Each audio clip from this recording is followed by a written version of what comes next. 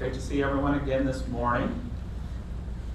We've been looking at quite a bit at story this month, and I was considering this idea of the cliffhanger ending, which is, anyone here a fan of cliffhangers? Some people aren't, because they really developed, they've always been around, but they're really popularized in pulp novels and things like that, because the cliffhanger ending, the main goal of it is to get you to come back to the next book or watch the show next week. My favorite example is the Batman TV show starring Adam West as Batman and Burt Ward as Robin, and I saw a lot of reruns growing up. And the Joker, played by Cesar Romero, the best actor to play the Joker, I think. Yeah, it was a nod out there, Cesar Romero. So he may have captured Batman and Robin, and they're tied up with ropes. They're being lowered into a pool of man-eating sharks. Robin declares, "Holy hole in a donut, Batman! What are we going to do?" And then the words start to come across the screen. If you want to know what's going to happen, you've got to tune in next week. Same bat time, same bat channel.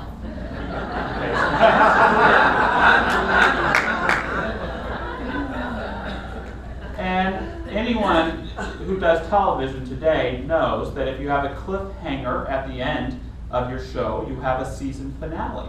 If you don't, you have a series finale. You may not get to come on again next year, because people tend to love cliffhangers. And so I was thinking this week about what's the example of cliffhangers in our own everyday life. We probably have a lot of different examples of them.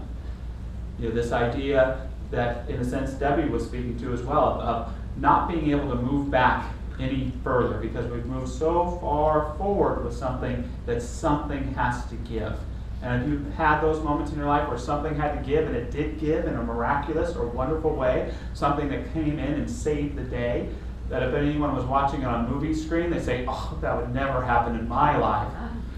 Of course, Batman has the anecdote in his utility belt, right, the whole time. But we have all, I'm guessing, had those moments of seemingly supernatural help, something coming through to save the day at the last moment. Then there are those moments, those threshold moments of rites of passage.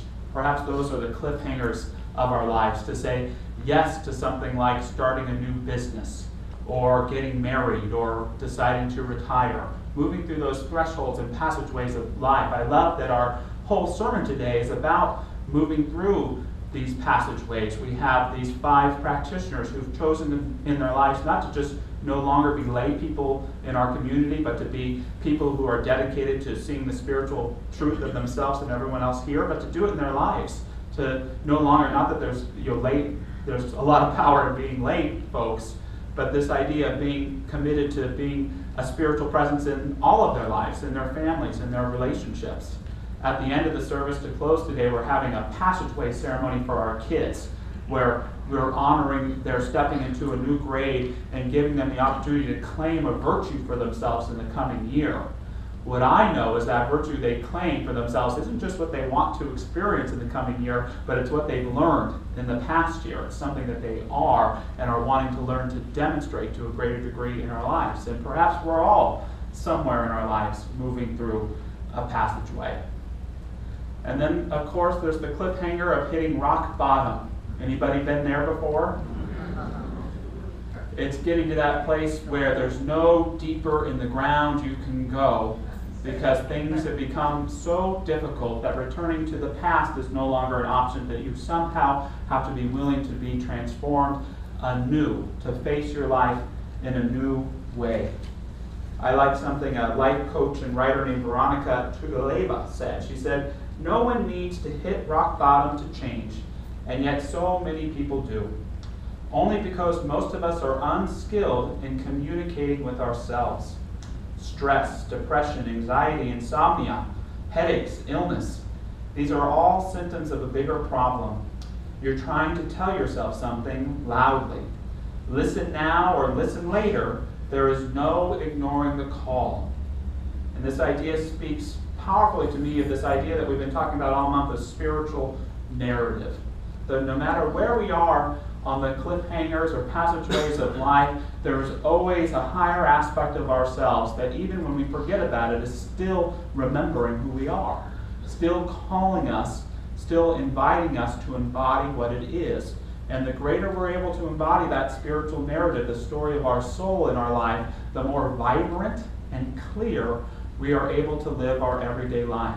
And this leads me to what I think are the real cliffhangers in our lives, the real getting stuck on a page experiences in our lives. And that's the thresholds of consciousness that we're called to move through at times.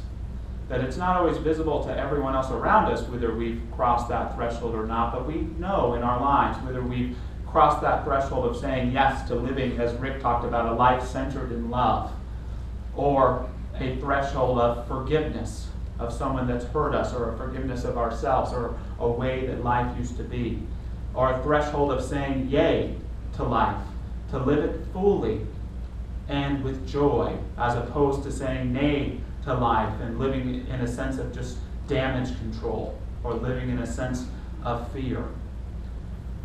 Unlike a book which has to have an end, our lives go on much longer than just an everyday book. And so some of us can be stuck up on that precipice for a very long time. Some of us can find ourselves stuck reliving the same page of our lives, the same point of a chapter for days, months, years, in some cases even decades, never quite being complete with the lesson that was there for us there in order to move on with our life. I love something the science fiction writer Ursula Le Guin said. She said, "The unread story is not a story. It is little black marks on wood pulp. The reader reading it makes it live, a live thing, a story.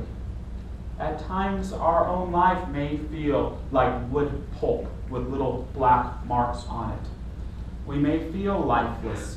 We may feel without spirit because we have not yet to bring that awareness of moving on, of moving forward, of being from and for something greater than we are. To turn the pages of our lives, in other words, when we feel stuck on a page, we have to get back in touch with the idea that our life has meaning, that it perhaps has a theme, that it has a narrative that's for our greater growth, our deepening, and our greater good. When we can embody this for ourselves, even the greatest trial brings forth a solution. The solution is always to be who we are in clarity, in authenticity, and open to grace. I think that to sum up how we turn the pages of our lives is really in that phrase, letting go. Letting go. And especially when I've been at the most difficult moments of my life, I've really hated this phrase, let it go. You know, because it's usually like, we've been dumped by a girlfriend and she's already left, and how am I supposed to let go of that? She's already gone. You get let go of your job, they lay you off, and I'm supposed to let it go? No, they let me go. That's the problem. But letting go isn't about tangibles. It's about intangibles. Letting go and moving on with our lives is about letting go of the stories that we've told ourselves that's led us to the conclusion that keeps us on the page that we are on, unable to move forward in our lives. Letting go, I know I may sound crazy in saying it, but letting go is about changing the past. Letting go is how we change the past. Now, I'm a little bit crazy, but I don't mean change the past in the sense that I recognize that we can't change the history of the past. But I do think we can change the meaning of the past. It's so easy in our life to get stuck in place and to think that the past means certain conclusions that hold us up. But it's not until we're able to transform those that we can move forward. Saying that you can't change the past is, to me, as cynical as saying you can't change a person. They're just going to be the way that they are. You can't change people. And I think get the point of that you can't, that each one of us has to change ourselves when we want to change. But I don't know about you, but I've been incredibly affected and transformed because of the people I know and have been around. And yes, all the changes that I've made have been up to me at some level, but I do believe that people can change. And in the same way, again, although I don't think we can change the history of the past, we can change the meaning of the past by branching and being willing to have a new conclusion about what it's going to mean and how it's going to affect our lives. It's as simple as the individual who realizes when their partner breaks up with them that maybe it wasn't true that they were the only one ever to be the one for them, but that there's more fish in the sea, right? Or the person who loses the job and thinks that job is the only source of their sustenance. Well, of course they're in trouble if that's the case. But they begin to see that there might be something better for them, then it could be the best thing that ever happened to them. The idea isn't to build false conclusions that guide us with magical thinking so that we can be in denial about our lives. The idea is that there is always a greater and grander narrative for our lives that is our spiritual truth. And if we can awaken to it, it will move us forward. If you can awaken to your truth, the truth of your spiritual magnificence, it will move you forward. That is its present to each of us. Ernest Holmes said, "We do not suggest to a person that he is all right when he is not all right. We try to awaken man to an inherent divinity and perfection which is in every living soul. Our whole process is an awakening." When we've identified the meaning of our life, that it's for a greater good for ourselves, a greater sense of connection with loved ones, a deepening into who we are, then our life can begin to accord with that. No matter what goes on in our lives, our story becomes a greater narrative about how we've fulfilled that vision. Are there any baseball fans in the room? A couple. I did this first service, so maybe this is a bad analogy to talk baseball since only 5 people here watch it. But we're coming to the end of the baseball season, and so it's time for the playoffs and the World Series. And do we have any predictions, baseball fans, about who's going to win it this year? Cubs. Dodgers, Cubs. I was saying that earlier. We are the Church of Magical Thinking, but not that magical.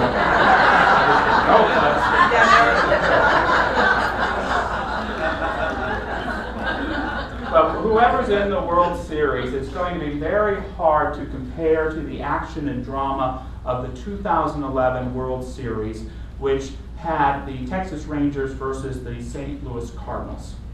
And the Texas Rangers started off doing fantastic. They were up 3-2, got to Busch Gardens, Game 6 against the Cardinals. The Cardinals were down 2 runs, down in the 9th inning to their last out and their last strike. David Freese, the third baseman, hit a triple to tie the game. Only the 3rd time in Major League history that this had happened, that a team down to their last out in the World Series had come back to tie a game like this. The Rangers, such a great team, their own star Josh Hamilton hit a 2-run home run the next inning to give the Rangers the lead again. Lance Berkman of the Cardinals the next inning hit a single to tie the game again. With down to his last strike, down to his last out. Only the 4th time in Major League history that it happened 2 times in one game. David Freese, the third baseman, again, the hero of the game, hit a home run in the 11th inning, and the Cardinals won Game 6 and carried on momentum to win Game 7 of the World Series as well, the 2011 World Series champions.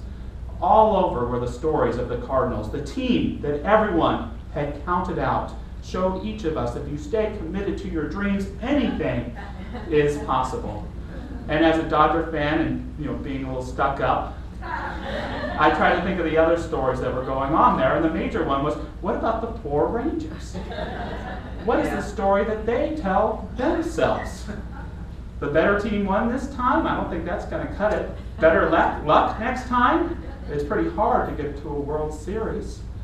What is the story that those players told themselves?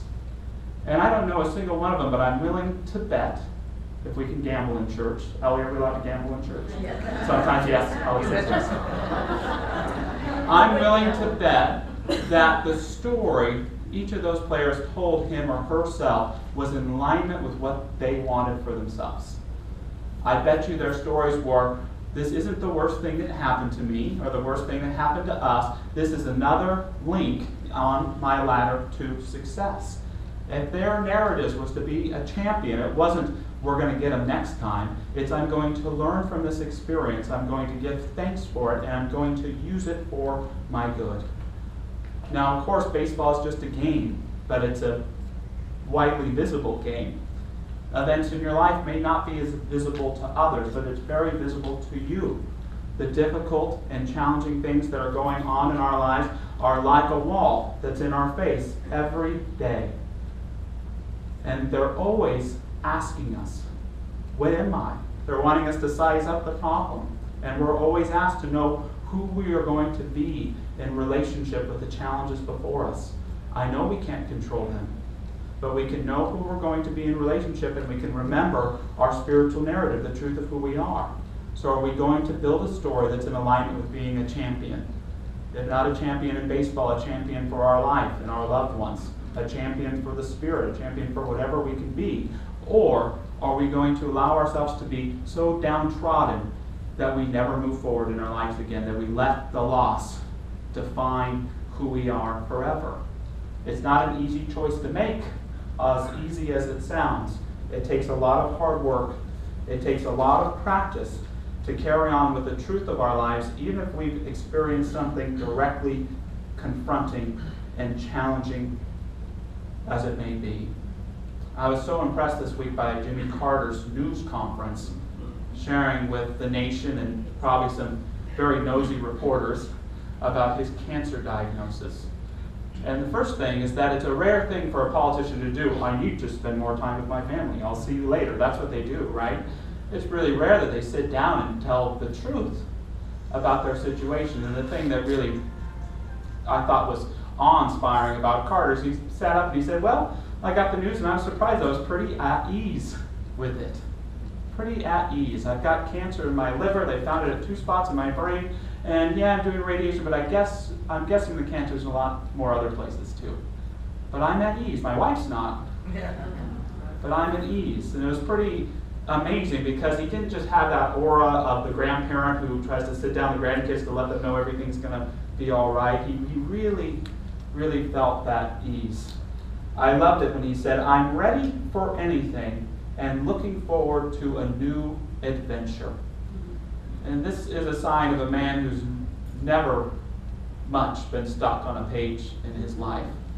Here's an example of someone, mostly due to his immense faith in God, who recognizes that the pages ahead of him aren't yet written.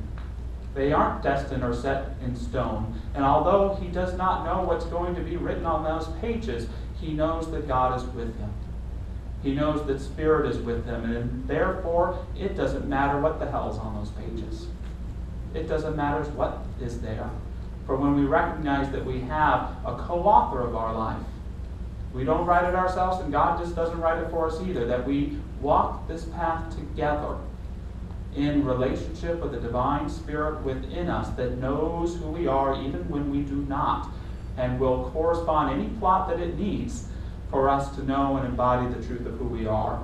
And so that's what I know for him as he walks through these next steps, some of which will surely be painful and challenging and involve a certain amount of suffering.